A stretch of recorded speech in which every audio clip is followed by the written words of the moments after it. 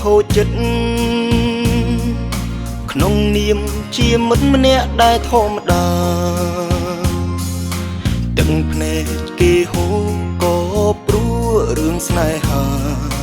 ចាញ់បោកសង្សារដែលធ្លាប់ជឿជាក់ក្បែរគេ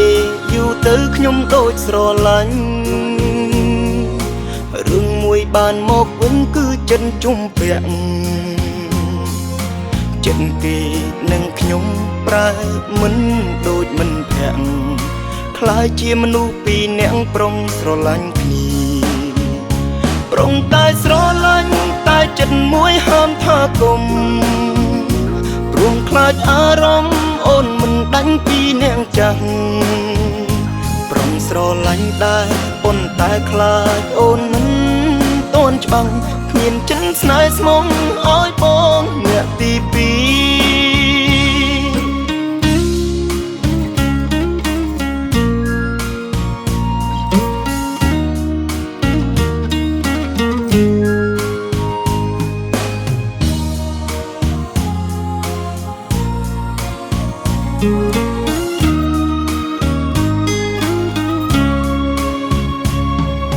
ក្បែរគេ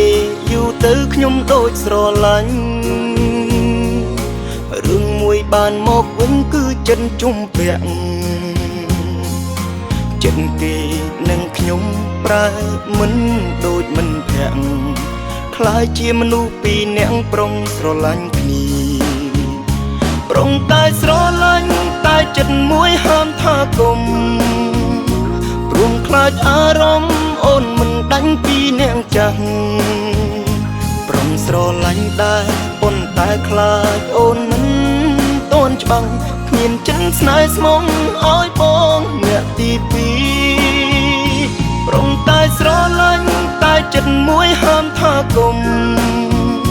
ព្រមខ្លាចអារម្មណ៍អូនមិនដាញ់ពីអ្នកចាស់ប្រុងស្រឡាញ់ដែរប៉ុន្តែខ្លាចអូនមិន